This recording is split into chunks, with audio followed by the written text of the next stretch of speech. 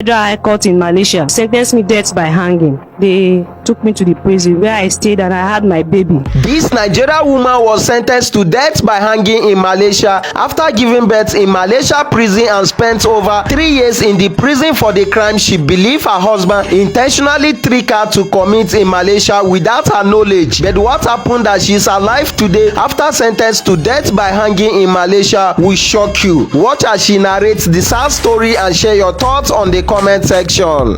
My name is Peace Enekole Okulu.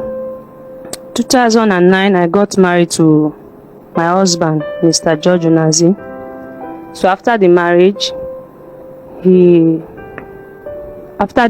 traveled to Malaysia so that I went back to stay with his family.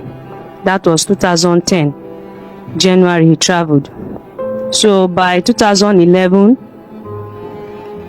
April, he called me and said he wanted me to come over to see him because then I was having like a kind of growth in my eye. So that was what he told me, that I should come over so we can just do the operation in Malaysia. Then I was pregnant for my second child. So at first I never wanted to. I find the invitation somehow because I was sick. I was just taking in for my second child. So later he pushed harder. I said I should come because the operation in Nigeria is not so okay, that I feared there will be complications. So I accepted the invitation. Then I traveled to Lagos where I stayed with his elder sister. But all through the process of the passport, I went to the embassy office in Ikoyi. I did the passport myself. But the visa, ticket, everything was arranged by him. So he told me that around that April, when I was in Lagos with his elder sister, that one of his friends will be coming from Malaysia, Mr. Julius. So that he bought a bag for me as a kind of gift present. So I was like, okay. So we waited. He said I should wait, that the process is in, everything is in process. So I was waiting and I was with his elder sister. So one fateful Sunday, he called me and said, the bag is ready, that the friend just, sorry for the delay, the friend came, he's trying to put one or two things in order, so I'm fit to collect the bag. So I said, how can I locate this your friend? Then later he called me and said, there's no need to see the friend. So he sent his younger brother to go collect the bag from the friend. That Sunday I was preparing to go to church, but I stayed back because he said the bag will be coming in the morning. But we waited till it was around after 2, the younger brother came with the bag. So yeah, his elder sister and her daughter, one Miss Jane and Rejoice, they were in the house with me. So when they brought the bag, I said I don't need the bag because it's too big for my clothes. I had already packed my things in my own bag.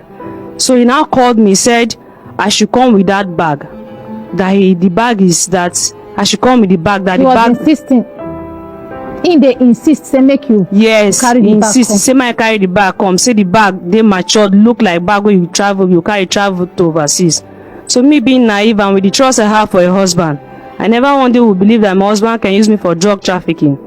So when I opened the bag, I saw attachment, the one they used to make hair. That was what I saw in the bag. So I was like, he now called me. I said, what are all these things for? He said, in Malaysia, attachment is very expensive. That I should bring it. That's into the business. That's the business is do. So me, I'm like, this bag is too big for my clothes because the journey is just for like 2 weeks. As he said it, for operation. Because then I was into auxiliary nurse practice of a thing. So I said I cannot just leave my practice and just go over and stay in Malaysia. I said only for 2 weeks. So that was why I packed few clothes. So he insisted. So when we checked the bag again, down the bag there was CD plates, Nigerian CD plates, Nigerian movie. So I was like, what are all these things for? He said, just come over. That's the business I do. It's very expensive in Malaysia. So me being naive, because I was 22, going to 23 years then, and with the trust I have for him. So the elder sister was like, okay, since he insists. So it was the elder sister's daughter that helped me because I was pregnant, I was dizzy, I was not strong. So they helped me pack all my things. We transferred all my clothes to the bag. That was how I left for Malaysia on Monday. So when I got to the airport, I transit the bag and I entered the flight. So my transit from Nigeria to Dubai So for Dubai, there was a stopover for like I think 2 hours like that. I was waiting. So I think they detected the thing from Dubai, because on reaching to Malaysia, where they stamped me and then I was going to get my luggage. Before as soon as I touched the bag, I was surrounded with by a group of men but they were not on uniform. I never even knew they were policemen. So they're like, madam, your bag? I said, yes, it's my bag. It's okay, follow us. I said, why? Me, I'm coming from Nigeria and I'm very tired. I'm pregnant. I need to go, I need to rest. I need to eat. Because so throughout from the flight, I wasn't eating, I was vomiting. And I'm not used to their food. So they now pleaded, they said I should just give them few hours of my time, that if it's not what they are thinking, that they'll let me go. So I followed them to a room. As soon as we got to the room, they make me sit in the middle of the room and they put the bag in the table. There's a table in the middle of the room. So they brought screwdriver. I was like, screwdriver? I don't even know what was going on. But at the time I started okay, maybe that could be I was just I was shaking all over. So they said I should calm down, that there's something they saw in my bag. I said, something like what? They said I should calm down. So when they opened the bag, it was okay, this is the bag. They opened the bag, then they packed the drug inside, then they coupled it back.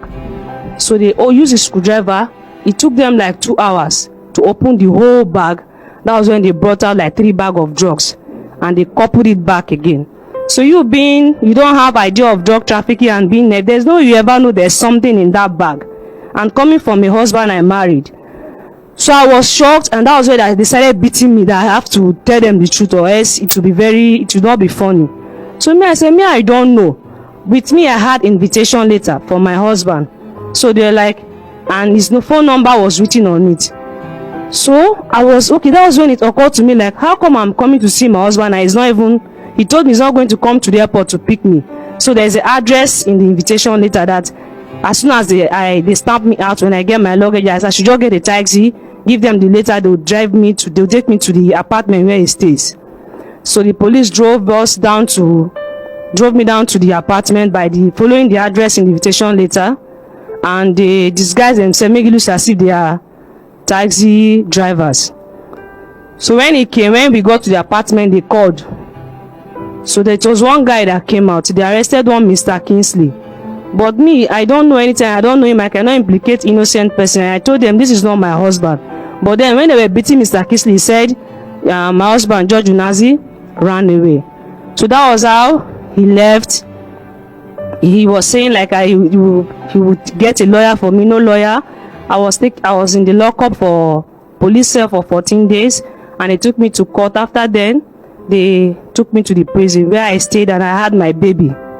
That was how I had a baby there, and nothing, no news of him. So this is friend Mr. Julius that brought the bag to Nigeria. He came to visit me and started coming to visit me. So I was like, you know about the bag, you're the one that brought the bag. How come you guys can do something like that to me? He said, no, he never visit you for prison. Yes, this is Mr. Julius. You know, drag in trouser, raise alarm. There was a demarcation.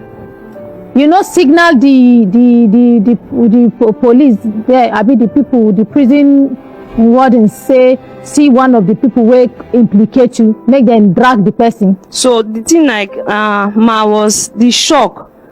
I was acting abnormal. So for the first few months in prison, I was not talking, not eating, because I was still in shock. So I don't even know what was happening.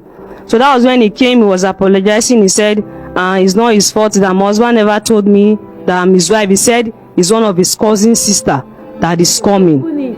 Even if it's his cousin's sister. So I was okay, since I came now, the food is very bad and I'm pregnant. They sell milk around there. So nobody is coming for me, saying that's why I summoned the courage to come.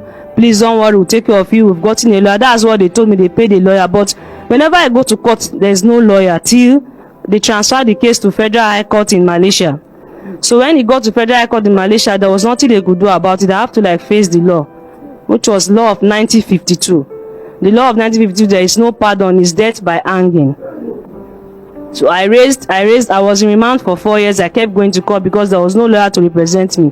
Later, Mr. Julius came again that, okay, the first lawyer they took is, he ate the money and ran away, that they've paid one lawyer. the lawyer, it was one of the Mr. Julius come meet you for prison. Yes. And you still no raise alarm again. I don't know, like maybe I was too naive. I don't even understand what was going on then. The shock, the baby, everything, the suffering. I was just like, my baby is there where we sleep on the floor. There was no good food for the baby, and I was not eating anything good that will produce enough breast milk for the baby. So the embassy, I was opportune, like one day a Nigerian embassy came and they saw me. They promised to do something, so they were aware about my case. But at first, so after 3 months, my husband came. Then he now gave me stories. He gave me the story like it was a setup. Actually, he went into business with one of his colleagues, and they said he cheated them. So when they knew it was his cousin that would die, but he was trying to. I still believe him as huge as a husband, because me, I never thought he could do something like that to me. And your husband still visit you for prison? Yes, that is when he started telling me the story. He told me this story that it was actually a setup, that I should not worry, that he had a deal with one of their business associates, and they lied against him that he ran away with their stuff. So they're trying to get back at him. That was what they did. So me, I don't still understand the whole thing, because I still have they were taking me for counseling under psychiatry, because it affected me that I was not myself. So whenever he talks, people can be talking, but I'll just be hearing like noises on my head because of the shock. I was still in shock. So I don't understand everything that was happening until when the embassy helped me. They carried the baby, because the stress of nursing a child myself in prison. So it made me I was having mental issues. So until I was in prison one day, a lawyer came, one of the best lawyers in Malaysia. It was Mr. Kapasin, but then he never paid the lawyer. He just went there he tricked the lawyer and made them to open my file. According to the lawyer said he was supposed to pay 70,000 ringgit. Then he told the lawyer that he was going to pay, and that was the end of him. That was how he left Malaysia. Even when I was about to send my son back, it was with the help of our embassy. I met a white lady in prison that told me that her mother would be ready to keep my son, because the suffering was too much for the baby, that the baby was always sick. And the country then was, as per 2011 that I was arrested to 2013, they were racist. They don't like black there, and the baby is very dark. So if my baby is sick, that I go to the warders, they just all they do is they chase me. Oh my God. So it was so sick to the point that I almost lost the baby. That was when this kind white girl, she was also in prison. She told me about her mom, and she introduced me to the mom. And the mom came with this Mr. George's friend, Julius. That was how they introduced the woman to the embassy, and I went to the court. That was how she picked my son, and she helped me care for the boy for 2 months, depending on when the embassy will prepare his passport. I have my son's passport here. Okay. So that was how the embassy helped me send the boy to Nigeria. There was no trace of him till 2015. When I went for my finance, I lost my case. So they sentenced me death by hanging. That was around May 12th. So it was the same May that Barack Obama came to Malaysia and was pleading on behalf of foreign prisoners, and they should try to change the section of the drug case in Malaysia. So they now put an end to hanging to women, but they now made it life imprisonment. So that was how I was sentenced, and with the help of this white woman, I gave his number to this white woman, and she helped me contact it, because then my son has gone back to Nigeria. She helped me contact my husband George. He lied to her that they should tell me that my father passed away, that he's raising money to bury my father, while my father was fully alive. That was the story he gave them. So me thinking it was true, because nobody was coming to visit me. I don't have call card to call my family. So that even made me more depressed. I started hearing voices, because I thought I've lost my father. Until somehow somebody just saw me, and my lawyer, this very particular lawyer he tricked. She became so interested in me. She was don't worry, I don't know why, I just felt I should help you. Forget about the money, I will stand for you. So that was when let's appreciate this lawyer. Then I was already in live imprisonment. So she started digging in, because the system there is, if you don't pay them, they don't take your case serious. So it was later when she saw the way everything was going, and with this white woman that picked the baby, she has a friend, an influential man. The man, they became interested in me. So that was how they all went together. They went to the airport trying to dig in the day I was arrested. Because the law in Malaysia is so funny that they believe in face expression. So the police who arrested me, they said the day they arrested me that I was not crying. So it shows that I'm aware of what I was carrying. But the truth is, I was shocked and I cried and I was bleeding. They took me to the hospital because they felt I was going to lose my baby. So she tried to investigate and she came up with... Now the beating wey dem beat you na make you... Yes, bleed. because while they were trying to make me talk, they don't believe I don't know about the drugs. So they beat me back. Every time I go for statement, it's different kinds of beating and different police that will be beating me. They don't even mind. And they don't like black. So they don't care if you're a woman. There was one I was sitting, I didn't even knew. They were asking me a few questions. He just came with his boot. So when he gave me that kick on my face, I tumbled. That was how I started bleeding. What? So it was with the help of this lawyer now, Sergeant, which I have a contact. I think keep in touch with her and this white woman. So she said I should not worry, that she just felt like something tell her to help me, that she was going to help me. So then George was nowhere to be found and he stopped calling my family, because my family, they were thinking it was his elder sister that did it to me. So they were like against the elder sister. He never said anything at first because there was no way I could reach anybody, no call card to tell my family. So he was coming to give them lies that they just it was my passport, that something happened to my passport. It was a kind of fake visa, so they are working on it. They will soon release me. Now wetin he tell your family? And that was what I told my family. He no tell them say na the drugs wey he put for inside that bag. Allegedly. At first he was trying to help. He was thinking it's something like he can handle very fast. Madam, what did you say? I said at first Who was trying to help? George was telling me that he will bring me out, he will bail me, he will blah, he will blah. Who is George? Which is my husband. I don't like calling him my husband, I'm sorry. And you are saying he was trying to help? No, that was what he told my father. I'm telling you what he was telling the lies he was feeding my parents. I thought you are the one that is saying he's trying to help. No, he was. I for tell you, say make you just go back, go sit down. No, I was telling you the lies he was feeding my family with. He said he has paid a lawyer and they are working on it, that they will bring me out. But 1 year passed, 2 years passed, 3 years passed, 4 years still. He became like he don't know what to say. That was how he disappeared. So when he disappeared, my father and me, I was not calling my family. There was no call card for me. Yeah. So my father just assumed the worst has happened. So somewhere around 2019, my father died of heart attack because I was my father's favorite. So that was how. And you still there for prison? I still there for prison when my father died, 2019. Oh, so when my father died, it was another war for me. I totally went into depression. Like this time I was hearing voices that I needed peace to help me sleep and relax. Oh my God. Till 2023. So let me come back to my appeal story. So when this lawyer, she now put in for appeal for me in Federal Court of Appeal in Malaysia. So as God could hold on for the ordinary president. Hello, Madam President. First of all, make we appreciate her. Yes, sir. We let you finish her matter today. She will come back tomorrow.